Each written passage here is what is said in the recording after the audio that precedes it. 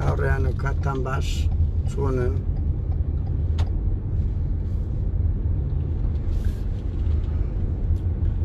بە هیوان باش بن.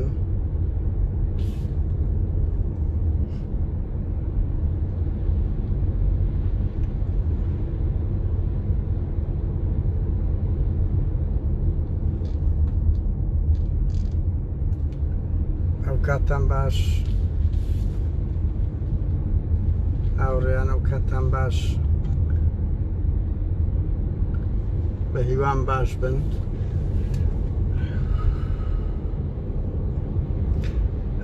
دنیایەک ڕێز بۆ ئێوە.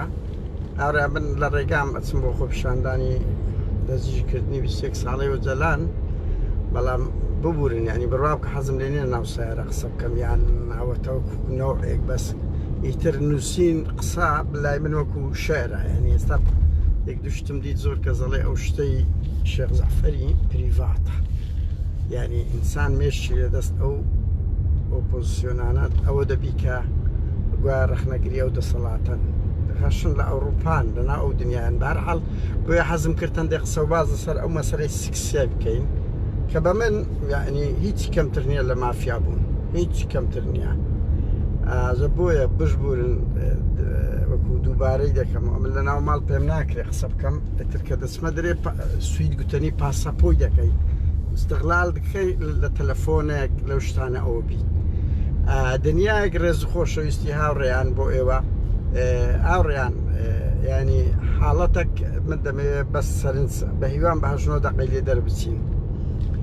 ئەو بەرپرسانەی کورد باشوور زیاتر و لە ڕۆژهەڵات شەوی ئەمەزانیتم هەمان فلیم هەبووە. ئەو پەڕی سوکایەتیان بە سوکایەتی دەستدرێژیان لە شاخ بە ژنی و خەڵکی کوردستان کردیە. ینی ئەمە ئێرە نییە، بڕۆن بپرسن لە خەڵکی گوندەکان ئەو ناوچە یعنی بە دەگمەن بەرپرسەکی داوێن پاک یان ڕێزیان گرتێ لەو خەڵکەی کە ژن و ماڵیان لە خزمەتیاندا بووە. ئەوە ئەوڕۆ نییە کە دەیکەن، یعنی لە شاخ ئەو دیاردە هەبووە بێ ئەوەی لێپێچینەوەی گەورەی لەگەر بکرێ بەداخەوە.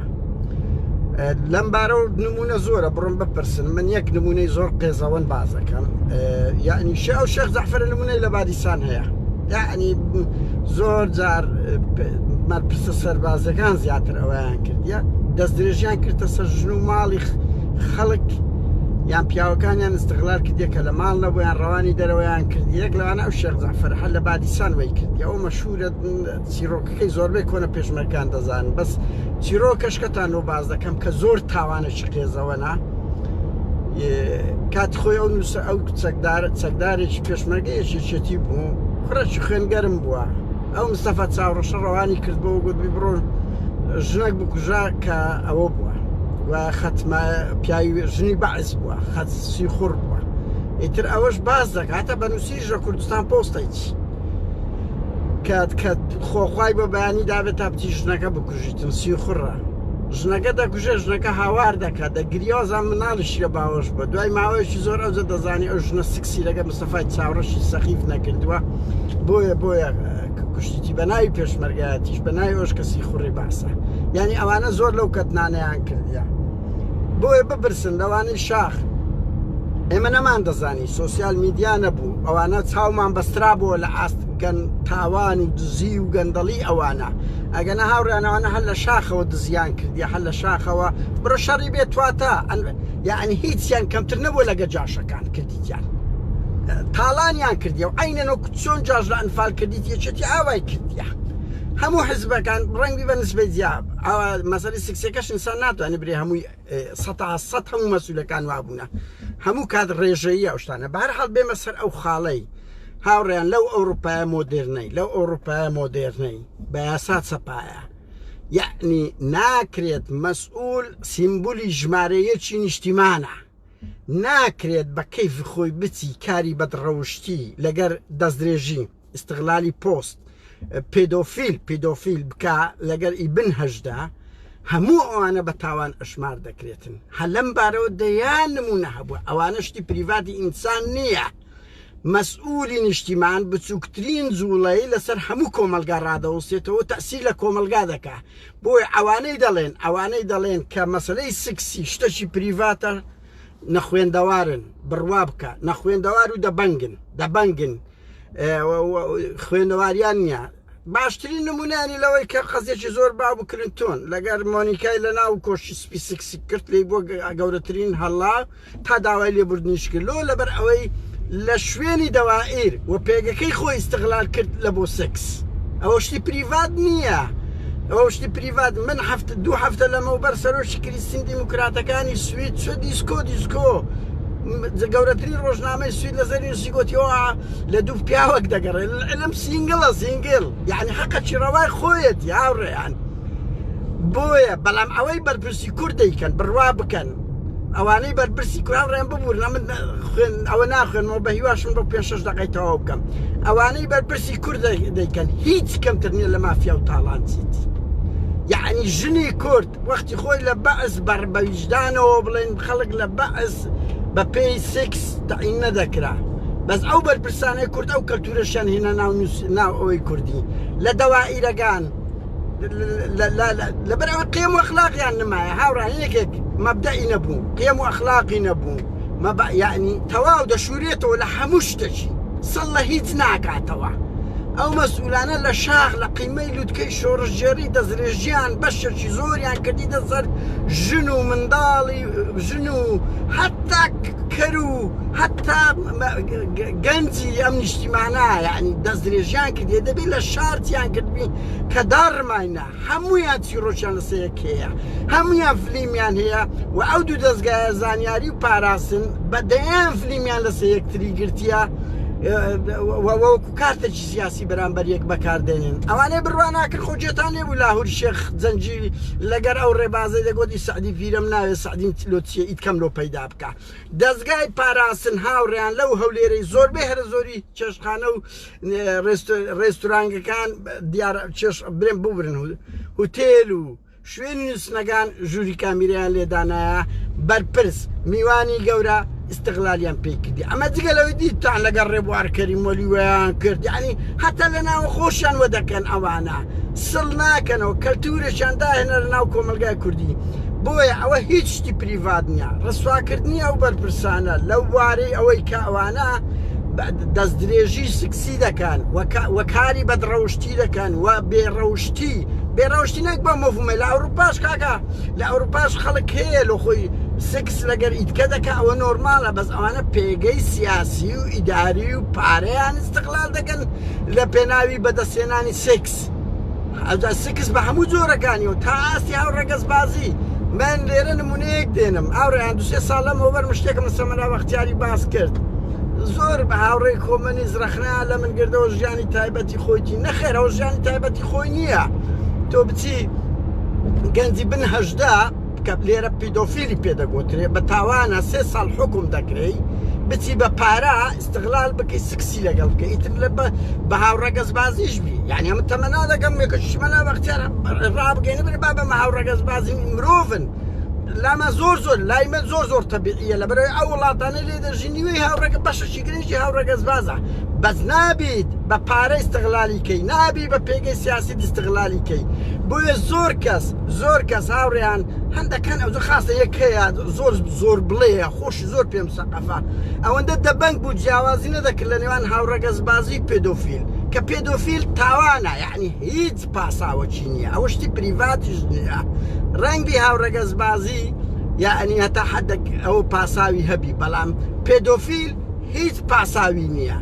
کاکەمە مەلابەختیار پێدۆفیلی کردیە کاری پێدۆفیلی کردیە لەگە بن هەژدە ئەمە چەندین وێنەم لایە یعنی بۆیە حتا دیتەن یعنی مەسعود بارزانی و کوڕەکەی مەسرور لە گەورەترین گۆڤاری سکسی ئەڵمانی ببوورن هۆڵەندی لەسەری بڵاو کراوە بەهەرحاڵ با قسەی کۆتاییمان هە لەسەر ئەوە بێت هاوڕێیان مەلەفی سکسی یەکێک لەو فەزاعەتە هەرێ گەورانەی ئەو مەسئولانە ئەوی شێخ جەعفەری بە هەر پێوەرەکبی هەرێکە کردبی ڕاستە فۆتۆشۆپە نەک شێخ جەعفەر هەمویان هەیتیان لەسەر یەکتری هەمووشیان بە ژن دەگیرێن ژن یەکێک لە خاڵە هەرە لاوازەکانی قیادەی شەرقە نەکەرئی بڵێن ئی کۆردیان پارتی وێچێتی نەدی بدی و ئەوانە هیچ قێمیان نماوە و کۆمەلگاشیان بەرە ئەو ئتجاها بردووە بۆیە بڵاوکردنەوەی ئەوانە هیچ شتی پریڤات نییە هیچیش پێشێلی مافی مرۆڤ نییە ئەوانەی کە ئەو شتانە نازان بڕۆ سەیری ڕۆژنامە و میدیای ئەوروپی بکەن بڕۆ سەیری دەیان دۆسیە بکەن تکایە ڕحم بەو مەسئولانە مەکەن ئەوانە بڕوا بکە یەکێک لەو وەزیرانە باسی کردگوی 200 کچم کردە ژن تا تەعینم کردیە کوراوانە ئەوەی عەلی حەسەن مەجید نەیکرد ئەوەی حەجاج نەیکرد ئەو قیادانە دەکەن کۆمەڵک کەسی ساقیت قومارچی هاوڕەگەز باز بابا هاوڕەگەز باز قێمی هەیە مەبادئی هەیە بڕوا بکەن بەس مەخۆی لە جینا دوایە بەس ئەوانەیمە لە ساقیتی هەون وەکۆ من یەک خاڵیتکەی کۆتایی بڵێ ماوڕێیان یعنی بڕوا بکەن لە کۆمەلگای کوردی دەرن ئەها ئەوە حیزە پێیدا گۆترێ حیزە قەحپەیە لەش فرۆشە هاوڕەگەز بازە درۆی دەکەن ئەو کۆمەلگای شەرق بەگشتی ناڕازگۆیە لەسەر ئەو مەفهومانە بەزەسە کچ کوڕی فەقیر ئەو شتانە جێبەجێ دەکرێت وەرە ماکتت هەبێ وەرە دەسەڵاتت هەبێ وەرە یەکێتی پارتی باش دەزانین دوسێ مەکتەب سیاسیان هۆمۆیە هۆمۆ هاوڕەگەز بازە خەڵک هەموو دەزانی کادیرەکانیان دەزانی قیادەکانیان دەزانی مامەڵەشیان لەگە دەکەن مامەڵەشیان لەگە دەکەن بەخۆیان دەزانن یعنی هەمویان دەزانن من کە ناڵێم لەبەرەوەی مەسەر ئەوەی مەلا بەختیارم زانی بڵاوم کردەوە بە بەڵگەوە دوکۆمنتەوە چێ دەرێوانیە با مەلا بەختیار بێ لێرە شکات لەم بکە باو دەمی فەحس بکرێت با فەحس بکرێ بزانی هەوەیان هەو نییە گورە کاچی منەوانە هەموو شتەشیان تام کرد لە دزی لە ئێستا فێرە ئەو نەخۆشیانە بوونە و ئەوەش داوێنە ناو کۆمەلگای کوردی بۆیە مەسەلەی ئەوەی کە هاوڕەگەز بازە لە کۆمەلگای کوردی دواکەوتۆ درۆی دەکەن ئەو خەڵکەیمە دەگەڕێتەوە سەر ئەوەی چەند دەسەڵاتت هەیە ئافرە دەچی لەش فرۆشی بەڵام وەزیر بە بەرپرس بە کەس بە چاوی سوکسەیرت ناکە تەمەلوقشت لەبەر دەکەن بەس کچە فەقیرێک بە هەژارێک بە چاوی سوکسەیری دەکەن بە هەمان شێوە ئەو هاوڕەگەز بازی قسەی کۆتاییمان با زیاتر هاوڕێیان پێدا نەچین هەڵدانەوەی ئەو دۆسیانەکە من دەمەکە باس دەکەم هەیە زۆر بەربڵاوە و ئەوەی هەیە تاوانە دەست درێژیە شتی پریڤات نییە پریڤات دوو کەس ئارەزوومەندانە سکس دەکەن ئەوەی ئەوانە دەیکەن تاوانە لە سنفی تاوانەکانی تاڵانی لە سنفی تیرۆر لەو سنفانەیە ڕێژەی بێڕەوشتی ڕاستە بەشەی سوسیال میدیایە بەشەی تەتەوڕی کۆمەلگایە بەشەی ئیلای ئاخری بەس بەشی هەرە گەورەی ئەو دەسەڵاتە هیچ شتی فێرە کۆمەلگا نەکرد ئەو قیادە و کۆمەڵک ساقیت و قومارچی و هاوڕەگەز باس سەرپەرشتی ئەو نیشتیمانە دەکەن ناپاک دەبیت چ لەو کۆمەلگایە دەربچیتن چیان لێ دەرچواندیە وەرە بڕۆنەوەی پارتی وێچێتی ئێستا هەمومان دەزانینەوەی کۆنی شۆڕش قوربانی چ خەڵکەکی ڕۆشنبیر تێگەیشت و هوشیار ینی کەسانی ئەوە بوون ئێمە لەنەوەی کۆمەڵە و شوعی بوون بەنمونە کاگە وەڵڵی کچ و کوڕ وەکو یەک خوشکوبرا بوو ئەو پەڕی پاچی دڵسۆزی هەبوو بەڵام هەمووانیان کوشت نەوەی پارتی وچێتی بەس فێرە دزی درۆزنی تیرۆر جوێندان هیچکیان فێرە خەڵک نەکرد بەهەرحاڵ هەر ئەوەندەیە بڵاوکردنەوەی ئەو دۆسیانە ئیتکەشی لە دوو دێ ئەوە ئەمنەوە سعدی پیرە بڵاوکرا وەخت خۆی کوڕی کۆسرەتیان بڵاو کردەوە لە 2009 ئەو زارەی ئەوەی شێخ جەعفەری بڵاوبووە دڵنیا بن ئیدەیانی تکەشەیە لە گۆڕێ لەبەر ئەوەی بەشەکە لە منملانەی خۆیان لە نەگەیەکتری و ئەو دوو حزبە گەیشتنە ئاسێک بەرەو تەقینەوە دەڕۆن لە نێوان خۆیان شەڕی مافیاکانە ینی هەتا سەروە نابین لە هیچ دنیا نەبووە من نەرەوەندە دەڵێم ئەو شتانە پریڤات نییە بە پێی چوارچێوە یعنی مەزن ئینسان ناتوانێت ژنەی کوردەواری بڵاو کاتەوە ئەگەر بەرپرسی پارتیەکێتیش لەبەرەوەی دەکوژێ لەبەرەوەی ئەوە دەکرێت بەس ئەو بەرپرسانەی کە هیچ ڕۆحمیانم پێ ناکەم بەس بەڵگەم لە دەست بیتن دنیایەک ڕێز و خۆشەویستی هاوڕێیان دنیایەک ڕێز و خۆشەویستی سەدبارەی دەکەمەوە بڵاوکردنەوەی ئەو شتانە شتێکی زۆر زەرورە وەڕسواکردنیان و ئەوانە داشوراینە لە هەموو قێم و ئەخلاقات برە هاوڕێیان یەکێک ناپاک بی لە نیشتیمان ژنی خۆی لای زۆر ئاساییە بێشەرەفی بکاتن خیانەت بکە لەبەر ئەوی خیانەت لە نیشتیمان بکە خیانەت لەگەر خێزان منداڵ حزب هەموو شتێکی خۆی دەکات کاتە چی خۆش